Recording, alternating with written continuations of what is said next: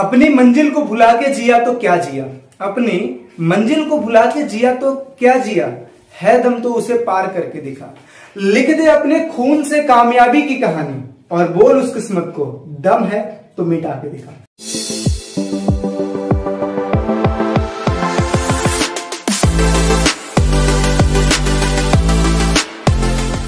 नमस्कार दोस्त, मैं विकास विश्वकर्मा आप सबका स्वागत करता हूं विकास स्टडी पॉइंट में। सो दोस्तों, आज के हम इस वीडियो में बात करने वाले हैं क्लास 11 का सबसे पहला चैप्टर, जिसका नाम है संविधान क्यों और कैसे, है ना। आई होप सो आपको सिलेबस के बारे में जानकारी होगी। सिलेबस के बारे में जानकारी नहीं है, फटाक से कमेंट सेक्शन में कमेंट कीजिए कि सर सिलेबस के बारे में जानकारी नहीं है, आप मुझे बताएं तो मैं एक सेपरेट वीडियो लाऊंगा सिलेबस के ऊपर, ताकि आपको उसके बारे में नॉलेज हो पाए। क्योंकि मैं मानता हूं कि अभी तक आपको सिलेबस के बारे में नॉलेज हो चुका होगा, अगर नहीं है तो कमेंट सेक्शन में कमेंट करें, ठीक है। ये जो वीडियो है क्लास 11 का पॉलिटिकल साइंस चैप्टर नंबर 1 संविधान क्यों और कैसे के ऊपर बनाई गई है। ये बेसिकली है क्या, पहले मैं इस चीज के बारे में क्लियरिफिकेशन कर दूं, क्योंकि आप हो 10वीं पास करके आए हो 11th क्लास में और आपको एक सब्जेक्ट मतलब एक स्ट्रीम मिला है जिसको कहते हैं आर्ट्स, और आर्ट्स वाले बच्चे सबसे नंबर 1 पे होते हैं। बोलो कैसे? क्योंकि आर्ट्स वाले मेहनत बहुत करते हैं, क्योंकि यही तो बच्चे आईएएस आईपीएस का एग्जाम क्लियर करते हैं ना। तो भाई कॉन्फिडेंट, पूरी कॉन्फिडेंस, हाँ भाई आर्ट्स हमने लिया है, दम के साथ हम इस चीज को स्टार्ट करेंगे और बढ़िया से, मतलब ये मान लो कि 11th क्लास में इतना बेहतरीन तैयारी कर देंगे कि साइंस वाले फेल हो जाएंगे।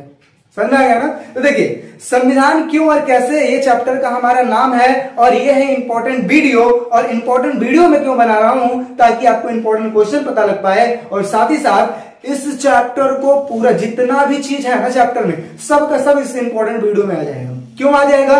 क्योंकि आपको बुक पढ़ने की जरूरत नहीं पड़ेगी, चैप्टर्स के मतलब एक तरीके से चैप्टर भी पढ़ने की जरूरत नहीं पड़ेगी। इंपॉर्टेंट वीडियो देखो, उसमें से A to Z हर चीज आपको क्लियर हो जाएगा, इतनी मेरी गारंटी है। और इसका अगर सबूत लेना है, प्ले लिस्ट में नंबर है, जाके देख सकते हो पिछले साल के टॉपर की लिस्ट, जो कि अभी 12th क्लास में गए हैं। समझ में आया ना। तो ये था थोड़ा सा इंट्रोडक्शन। अब हम बात करते हैं, पहला जो क्वेश्चन है वो है संविधान से क्या अभिप्राय है। बेसिकली देखो, संविधान होता क्या है, पहले इस चीज को बताऊं। हर साल हम 2 डेट सेलिब्रेट करते हैं। कौन कौन से डेट सेलिब्रेट करते हैं?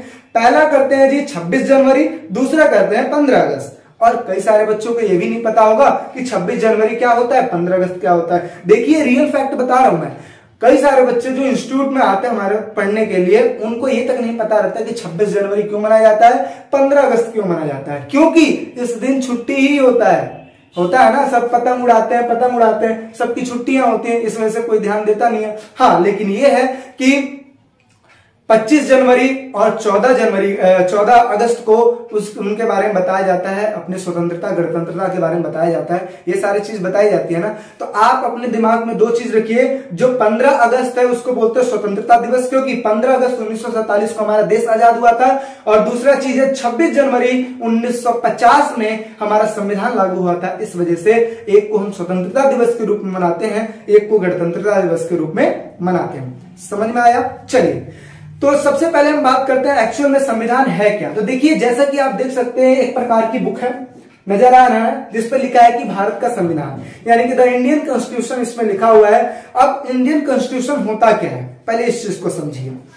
जैसे आप देखते हो, आपका एक स्कूल है, आप स्कूल में जाते हो, रोज जाते हो, पढ़ के आ जाते हो, रोज जाते हो, पढ़ के आ जाते हो। लेकिन आपने ये देखा होगा कि टाइम से जाते हो, टाइम से आते हो। जाहिर सी बात है, इस चीज का क्या बनाया गया है, नियम बनाया गया है ना। आप टाइम से स्कूल जाओगे, टाइम से आओगे।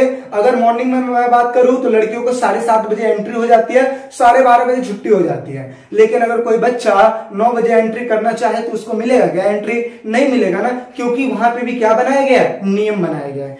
बेसिकली जैसे स्कूल के लिए नियम बनाए जाते हैं ताकि बच्चे और टीचर में कोऑर्डिनेशन बरकरार रह सके, ऐसे ही हमारे देश में सभी जनता को, सभी लोगों को मतलब नियम में बांधने के लिए एक नियम कानून बनाया गया है। ठीक है, जैसे स्कूल में सभी बच्चों को, टीचरों को सही तरीके से मतलब कोऑर्डिनेट करने के लिए नियम बनाया गया है, ऐसे ही देश को अच्छे रूप से संचालित करने के लिए, चलाने के लिए एक नियम कानून का एक बुक बनाया गया है, जिसको बोलते हैं जी संविधान। समझ में आ गया। तो यही है संविधान जिसमें नियम कानून लिखे गए हैं। तो जब भी संविधान की डेफिनेशन की मैं बात करूं तो 3 चीजें आपको हमेशा याद करके रखनी है। सबसे पहली चीज का अगर मैं बात करूं, सबसे पहली चीज है तो संविधान क्या है? संविधान एक लिखित पुस्तक है। जैसा आप देख सकते हो पुस्तक होता है ना, आपकी पॉलिटिकल साइंस की बुक है ना, ऐसे ही एक लिखित पुस्तक है। पहली बात समझ में आ गई। दूसरी चीज की बात करते हैं तो इसमें नियम और कानून लिखे गए हैं। जैसा कि आपको मैंने बताया स्कूल में भी नियम कानून होता है और इस बुक में भी क्या लिखे गए हैं? नियम और कानून लिखे गए हैं। और तीसरी चीज, नियम कानून लिखे गए हैं तो इसके तहत किसी भी देश को सुचारू रूप से चलाया जाता है, इसे ही कहते हैं जी संविधान। 3 चीजें आपको याद करनी है। संविधान एक लिखित पुस्तक है, दूसरा नियम कानून लिखे गए हैं, तीसरा किसी देश को सुचारू रूप से चलाया जाता है। तो यह है संविधान के डेफिनेशन। तीनों लिखोगे 1 नंबर 2 नंबर, टीचर बेझिझक आपको नंबर देगा, इस चीज की गारंटी मेरी है। समझ में आया? चलिए अब देखते हैं संविधान से क्या अभिप्राय है। वही जो चीज मैंने आपको बताया, देखिए इसको एक अलग डेफिनेशन के थ्रू आपको बताया गया है। लिखा है कि संविधान जिसके माध्यम से किसी देश को सुचारू रूप से चलाया जाता है, अर्थात ऐसी लिखित पुस्तक जो शासन चलाने में, यहाँ पे चलने लिखा हुआ है लेकिन कोई नहीं, आप समझ जाओ, सॉरी चलाने में सहायक होती है, उसे ही कहते हैं संविधान। यानी कि एक ऐसी लिखित पुस्तक जिसके थ्रू किसी भी देश को सुचारू रूप से यानी कि बढ़िया तरीके से चलाया जाए, उसे ही कहते हैं जी संविधान। और इसका काम क्या होता है जी? सरकार, समूह, न्यायालय और अन्य संगठनों के बीच क्या बिठाता है? ये तालमेल बिठाता है। जाहिर सी बात है ना, मैंने बताया स्कूल में नियम बन जाएगा तो ना बच्चों को दिक्कत ना टीचर को दिक्कत, ऐसे ही हमारे देश में कानून बन जाएगा तो ना नेता को दिक्कत, ना हमें दिक्कत, ना पुलिस वाले को दिक्कत, ना किसी को दिक्कत। तो ये एक तरीके से क्या है? कोऑर्डिनेशन बैठा रहा है ना, तो ये चीज है। पहला पॉइंट समझ में आया। पहला आपका क्वेश्चन था संविधान क्या है, और इसमें ही कई सारे क्वेश्चनों को मैंने क्लियर कर दिया। चलिए नेक्स्ट बात करते हैं। अब समझते हैं जी संविधान की प्रस्तावना से क्या अभिप्राय है। प्रस्तावना क्या होती है? आपने देखा होगा, आपका पॉलिटिकल साइंस का बुक है तो बुक में सबसे पहला आता है इंडेक्स, और इंडेक्स में आपने जल्दी जल्दी पढ़ लिया होगा जी 10 चैप्टर है। कौन कौन से चैप्टर है? संविधान क्यों और कैसे है, दूसरा भारतीय संविधान में अधिकार है, तीसरा चुनाव और प्रतिनिधित्व है, चौथा कार्यपालिका विधायिका न्यायपालिका है, इस तरीके की चीजें है ना। तो ये क्या है? इंडेक्स है ना। ऐसे ही यहां पे संविधान का भी एक इंडेक्स बनाया गया है, और इंडेक्स को ही क्या बोलते हैं? प्रस्तावना, जिसमें मेन जो बातें होती हैं वो सारी चीज लिखी गई है। संविधान की जो मेन बातें हैं, जो इंपॉर्टेंट बातें हैं, वो सबसे फ्रंट वाले पेज में लिख दी गई है, ताकि सब प्रस्तावना अगर कोई पढ़ लेता है तो इससे हमें यह समझ में आता है कि एक्चुअल में संविधान में लिखा क्या है।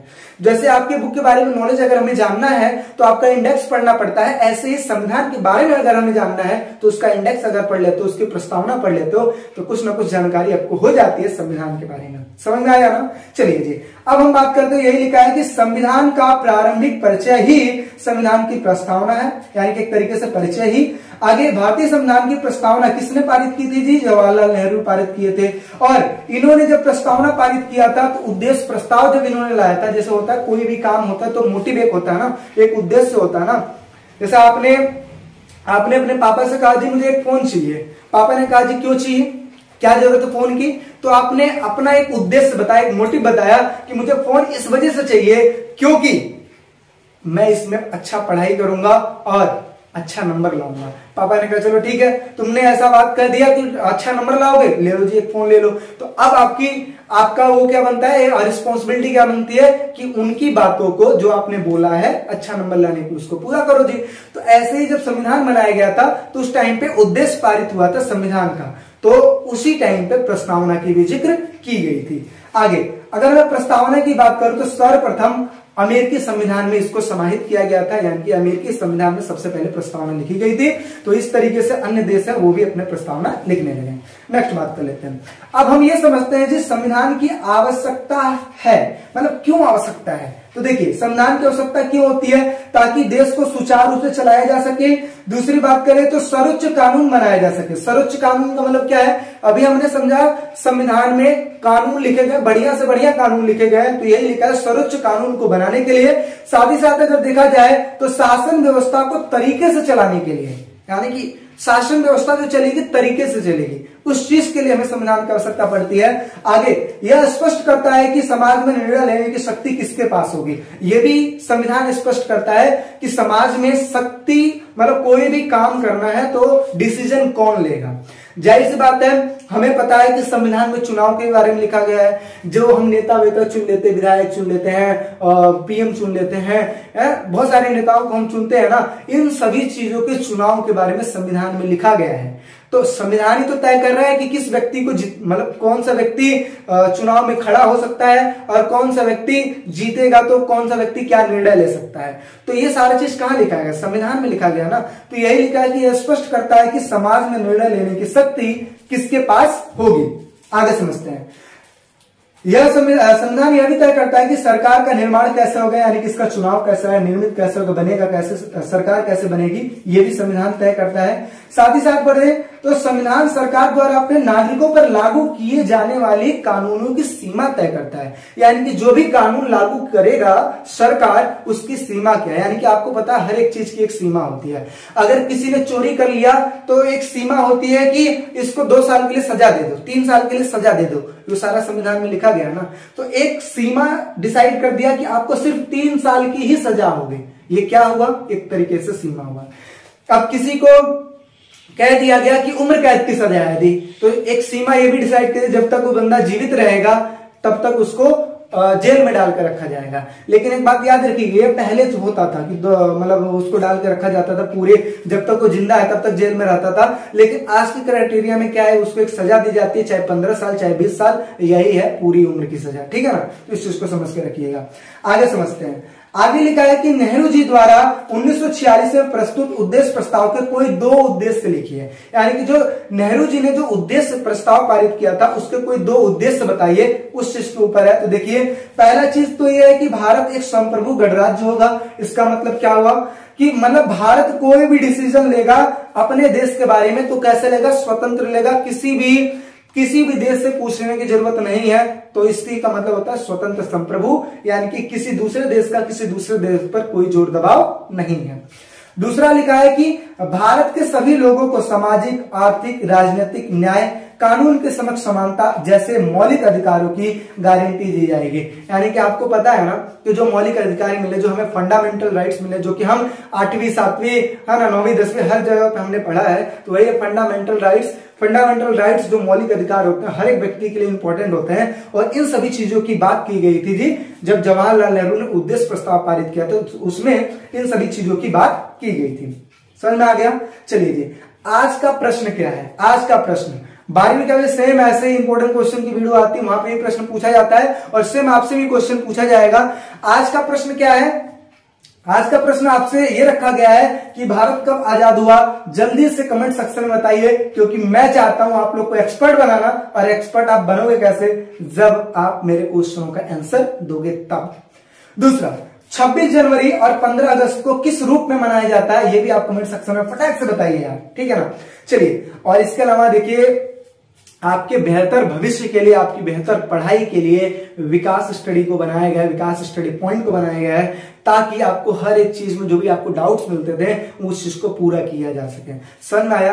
ठीक है, अब देखिए क्या होता है कि विकास स्टडी पॉइंट में यूट्यूब पे जाहिर सी बात है बहुत सारे बच्चे आते हैं, कुछ पढ़ने के उद्देश्य से आते हैं, कुछ ऐसी एवी आ जाते हैं। तो मैं चाहता हूं कि जो पढ़ने वाले बच्चे हैं वो हमारे ऐप को ज्वाइन करें। ऐप को अगर ज्वाइन करते हो तो वहां पे क्या फैसिलिटी मिलती है, पहले इस चीज को आपको बता दूं। वहां पे आपको देखने को मिलेगा वीडियोस, दूसरा देखने को मिलेगा नोट्स, तीसरा देखने को मिलेगा टेस्ट सीरीज, चौथा सैंपल पेपर। ये सारा चीज आपको पता है, हर एक चैप्टर की वीडियोज आपको देखने को मिलेगी, साथ ही साथ नोट्स देखने को मिलेगा। ठीक है, बेहतरीन नोट्स जो कि टीचर ने लिखा है उस चीज को देखने को मिलेगा, साथ ही साथ टेस्ट सीरीज देखने को मिलेगा, सैंपल पेपर देखने को मिलेगा और इसके अलावा इंपॉर्टेंट क्वेश्चन देखने को मिलेगा। जाहिर सी बात है, ये इंपॉर्टेंट क्वेश्चन आ रहे हैं, ये सारा ऐप पे ऑलरेडी मिलेगा आपको। आगे डाउट क्लासेस आपको देखने को मिलेगी। अगर बच्चों को कोई दिक्कत है तो जाहिर सी बात है आप यूट्यूब पे कमेंट करते हो, भैया ये बता दो, सर ये बता दो, तो हमारे पास इतना, क्योंकि लॉट ऑफ मैसेजेस होते हैं तो हम आपको बता नहीं पाते हैं। तो वहां पे आप अगर आओगे ऐप पे तो आपको एक पर्सनल नंबर दिया जाएगा, जहां पे आप कॉल करके मैसेज करके आप बात कर सकते हो। वहां पे डाउट क्लासेस भी ले सकते हो और लाइव क्लासेस तब दी जाएगी जब आपके डाउट्स होंगे, लाइव आके आपकी चीजों को क्लियर कर दी जाएगी। तो ये है विकास स्टडी पॉइंट का ऐप, डिस्क्रिप्शन में लिंक है, डाउनलोड कर सकते हो। इसके अलावा एक चीज और मैं बता दूं, प्ले स्टोर पे भी आप जाके इस चीज को डाउनलोड कर सकते हो। विकास स्टडी पॉइंट आपको लिखना है। मात्र ये जो चीज आपको दिया जा रहा है, एक मिनिमम चीज पे दिया जा रहा है कि सिर्फ 99 रुपीज में आपको ये सारी फैसिलिटी मिल रही है। आपको video, note, test series, important question, ये सारी चीजें आपको देखने को मिल जाती है। और सीरियस होना तो ही ऐप डाउनलोड कीजिएगा, अदरवाइज मत कीजिएगा। यूट्यूब पे पढ़ रहे हो, बहुत बढ़िया पढ़ रहे हो, यही पढ़िएगा। सीरियस हो तो ही ऐप डाउनलोड कीजिएगा, सीरियस हो तभी हमसे बात कीजिएगा। कम डिस्क्रिप्शन में लिंक में नंबर है, सॉरी डिस्क्रिप्शन में लिंक है किस चीज का, ऐप का, और नंबर भी दिया गया, आप उस पर कॉल करके बात कर लो। जी मुझे नोट्स लेना है, ऐसे ऐसे कैसे कैसे होगा, वो सारी चीज आपको बता दिया जाएगा। नेक्स्ट बात करें, देखिए अगला जो क्वेश्चन लिखा है वो लिखा है मोस्ट इंपोर्टेंट, 6 नंबर के क्वेश्चन में पूछता है, 6 नंबर के क्वेश्चन में पूछता है, इसका नाम है कि संविधान सभा का गठन कैसे हुआ था। देखिए संविधान जो सभा है, जाहिर सी बात है संविधान को जब बनाया गया था तो हमें एक ऐसे सभा की जरूरत थी जो संविधान को बनाएगी। अब संविधान को बनाने के लिए जो सभा बनाई जाएगी उसमें जाहिर सी बात है मेंबर तो होंगे ना, तो हमें यही बताना है कि जो संविधान सभा बनाई गई थी उनमें कौन कौन से मेंबर शामिल थे जो कि कहां से चुनकर आए थे। जैसा कि हमें पता है कि हमारा जो उस टाइम का देश था वो 3 चीजों में बटा हुआ था। 3 चीजों में कैसे बटा हुआ था? सबसे पहली चीज तो वो इलाका जहां पे अंग्रेज रहा करते थे, मतलब अंग्रेजों का सीधा शासन था। यहाँ पे हम लिख देते हैं ए, यानी कि अंग्रेजों का सीधा शासन था। यानी कि दूसरा इलाका वो इलाका था जहां पे रजवाड़े रहा करते थे। रजवाड़े समझते हो ना, जहां पे राजा महाराजा रहा करते थे। तीसरा इलाका वो इलाका जहां पे सामान्य लोग रहा करते थे, लेकिन उनपे भी कंट्रोल किसका रहा करता था? अंग्रेजों का ही रहा करता था। और यहीं पे मतलब जो चीफ कमिश्नर वगैरह भी हुआ करते थे, ये भी इधर ही पास में रहा करते थे। तो कहने का मतलब ये है कि उस टाइम पे जो डिवाइड था हमारा इंडिया, 2-3 हिस्सों में डिवाइड था। पहला हिस्सा तो वो है जहाँ पे अंग्रेजों का प्रत्यक्ष रूप से शासन था, दूसरा हिस्सा वो है जहाँ पे राजाओं का शासन किया करता था, और तीसरा वो इलाका है जहाँ पे चीफ कमिश्नर वाले प्रांत थे, जहाँ पे चीफ कमिश्नर वगैरह रहा करते थे। तो ये देखिए, तो अब हुआ क्या कि अभी डिसाइड किया गया कि जो भारतीय संविधान का जब गठन किया जाएगा, भारतीय संविधान सभा का जब गठन किया जाएगा, तो कुल मेंबर कहां से चुन के आएंगे?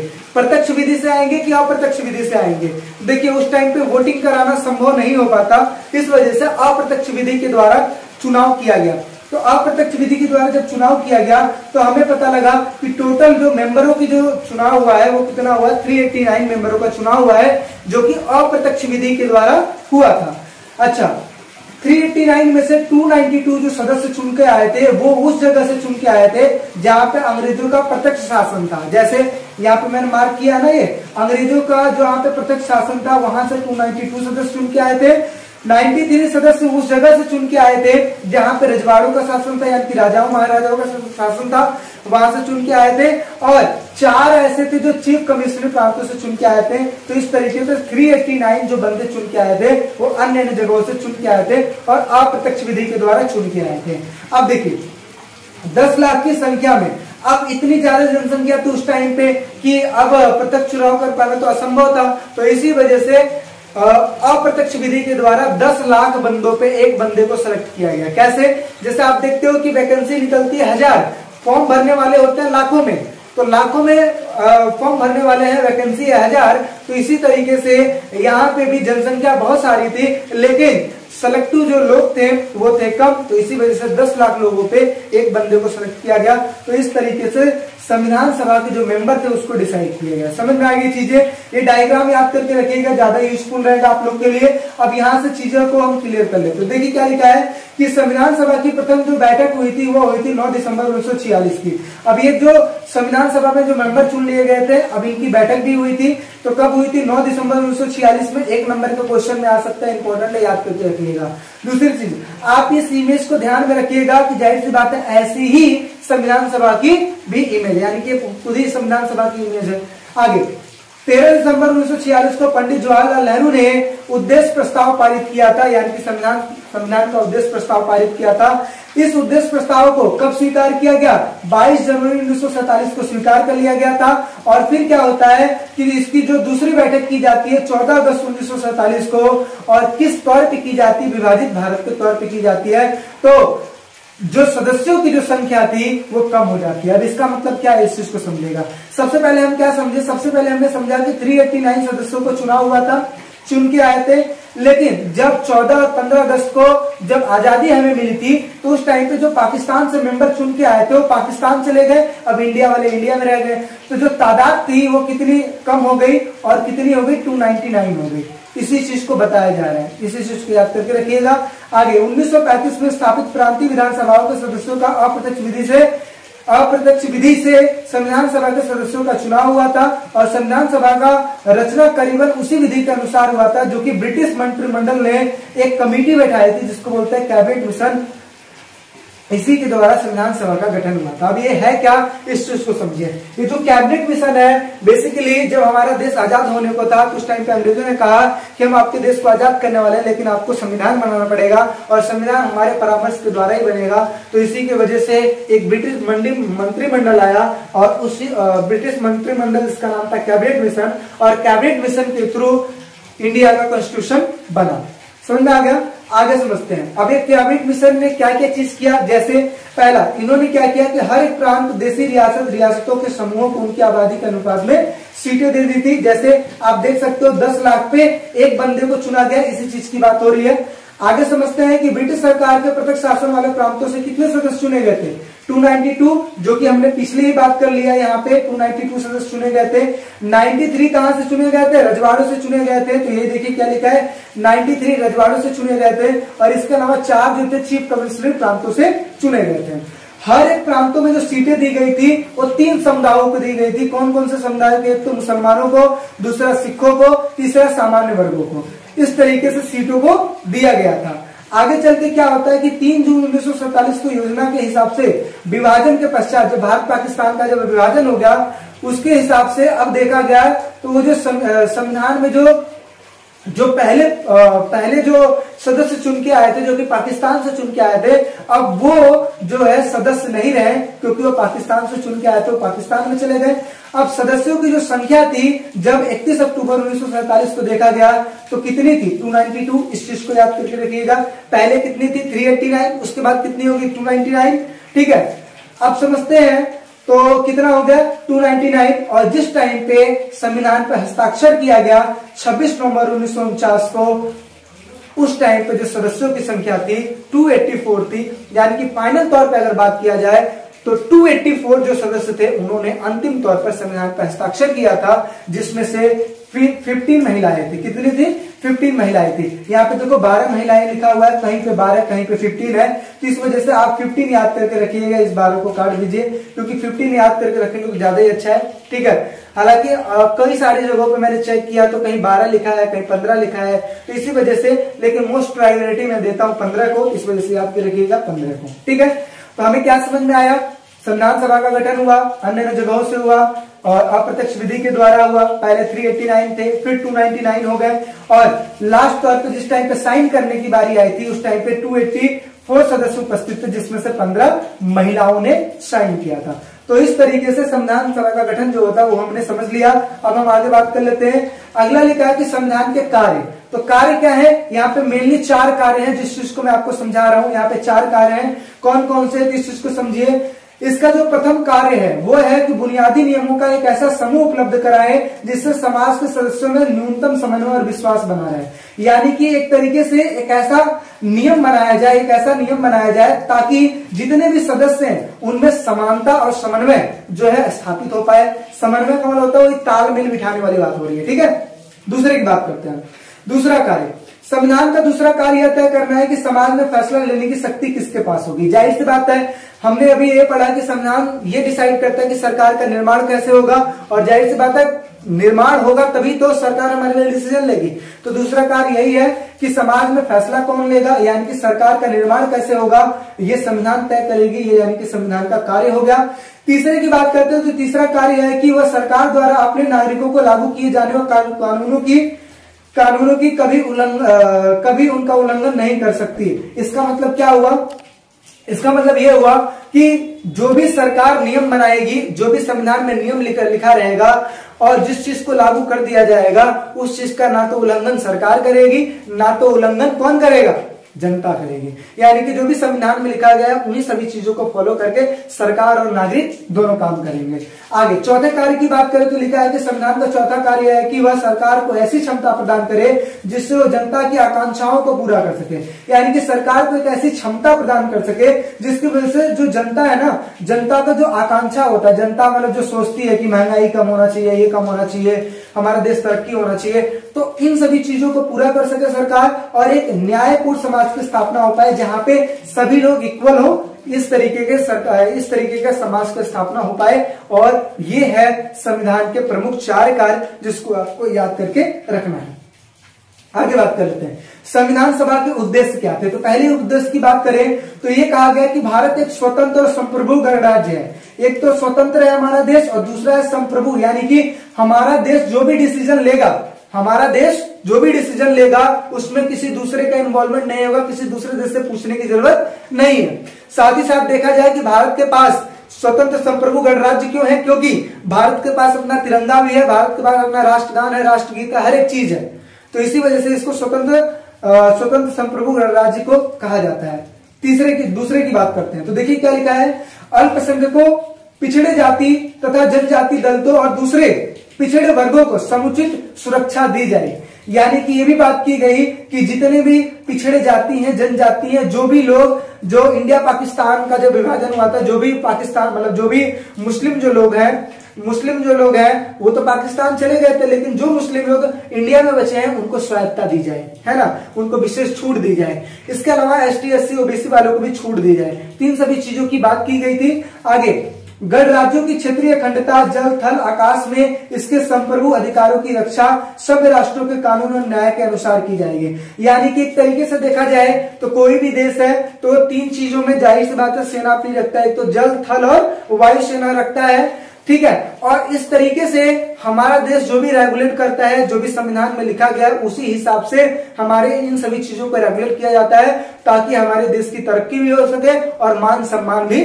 बढ़ सके। आगे समझते हैं, विश्व शांति तथा मानव कल्याण के विकास हेतु देश सुरक्षा पूर्वक और पूर्ण सहयोग करेगा।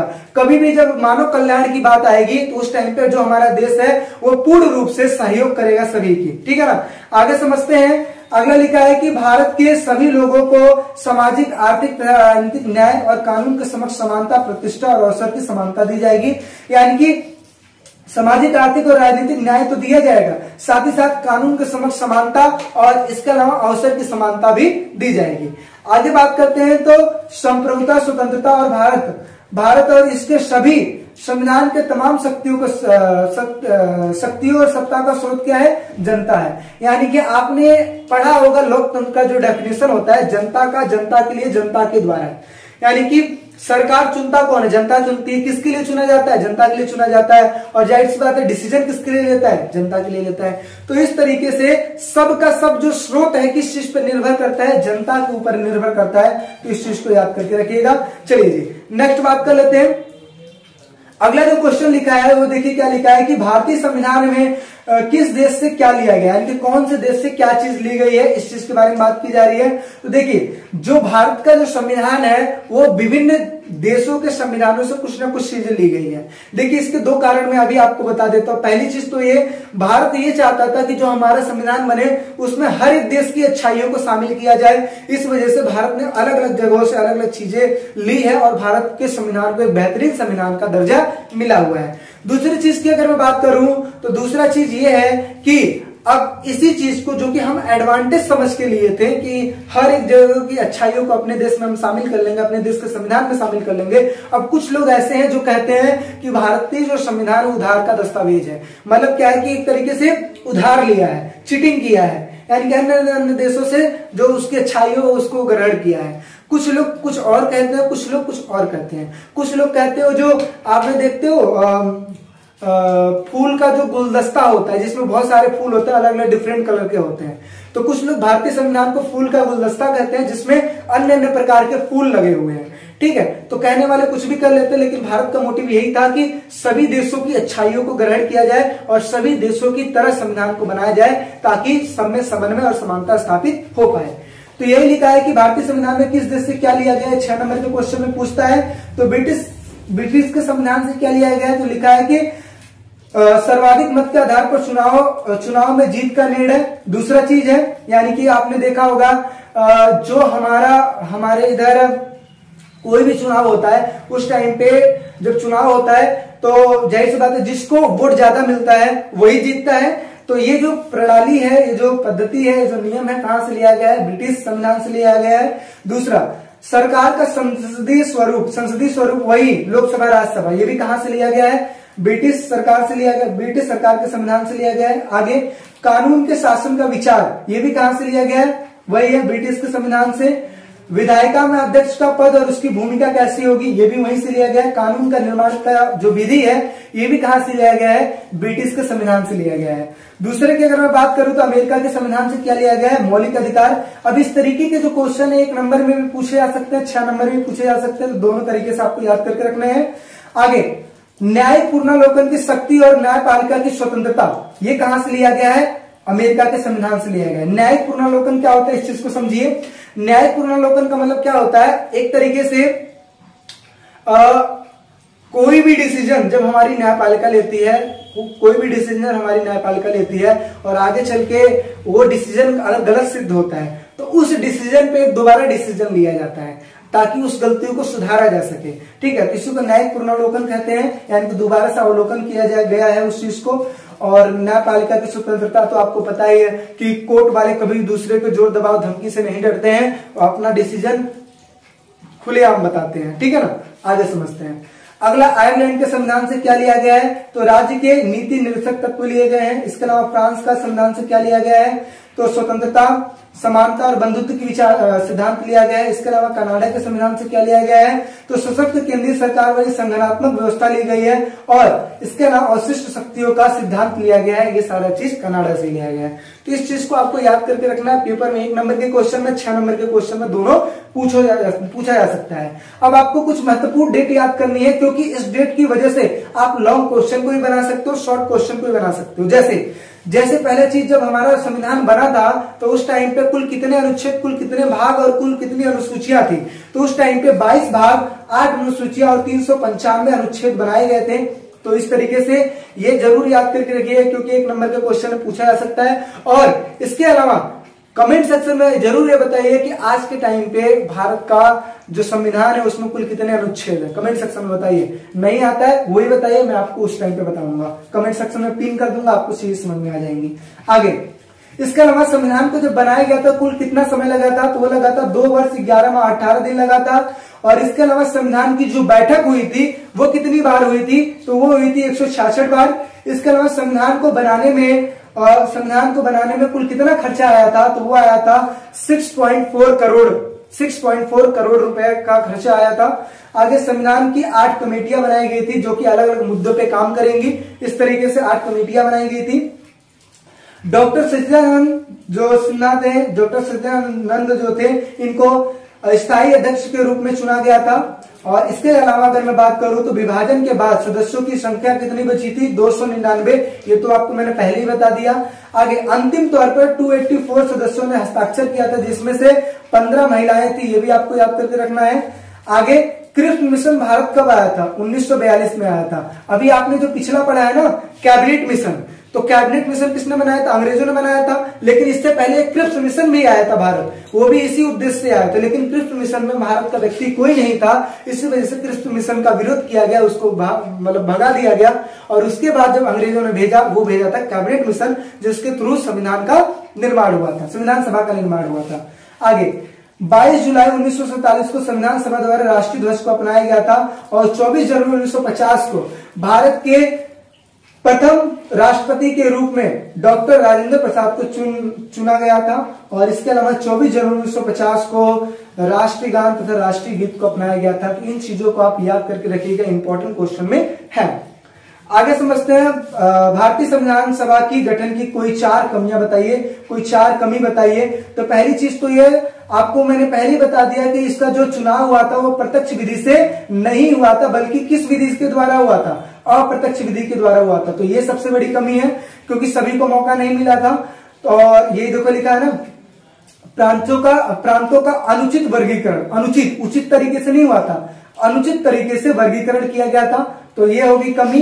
दूसरी कमी की बात करूं तो प्रभुसत्ता की कमी। यहाँ पे प्रभुसत्ता का मतलब क्या होता है कि यहाँ पे डिसीजन मेकर जो होता है उस चीज की कमी थी। ठीक है। इसके अलावा अगर मैं बात करूं तो देशी रियासतों को संविधान को मानने के लिए बाध्य नहीं किया। मतलब क्या है कि जो देशी रियासत थे, जो रजवाड़े थे, उनके लिए जो नियम बनाए गए थे संविधान में, वो उसको फॉलो नहीं किए। आगे, संविधान सभा के सदस्यों का चयन अलोकतांत्रिक तरीके से किया गया था। जाहिर सी बात है, अप्रत्यक्ष विधि के द्वारा किया गया था और अलोकतांत्रिक, यहाँ पे जनता का समर्थन नहीं लिया गया था, बल्कि अंग्रेजों ने जिसको चाहा उसको सेलेक्ट किया और उसी को बना दिया जी। आगे समझते हैं, भारतीय संविधान कठोर तथा लचीलापन का मिश्रण। इसका मतलब क्या हुआ? तो जो भारतीय जो संविधान है ये कठोर और लचीलापन का मिश्रण क्यों है? देखिए, हर बार इस तरीके के क्वेश्चन पूछते हैं, तो इस चीज को समझिएगा। कठोर क्यों है? क्योंकि भारतीय संविधान में चेंजेस करना इतना आसान नहीं है, इसलिए क्या है? कठोर है। दूसरा, लचीलापन क्यों है? लचीलापन इस वजह से है क्योंकि भारतीय संविधान में चेंजेस तो नहीं कर सकते, मतलब इजीली नहीं कर सकते, लेकिन कर सकते हैं। समझ में आया क्या कह रहा हूं? पहला चीज मैंने बताया, कठोर इस वजह से है क्योंकि इसमें चेंजेस करना आसान नहीं है, इसलिए क्या है? कठोर है। लेकिन लचीलापन क्यों कहते हैं? क्योंकि इसमें चेंजेस करना कठिन तो है, लेकिन चेंजेस हम कर सकते हैं। ठीक है ना? तो इस वजह से लचीलापन है।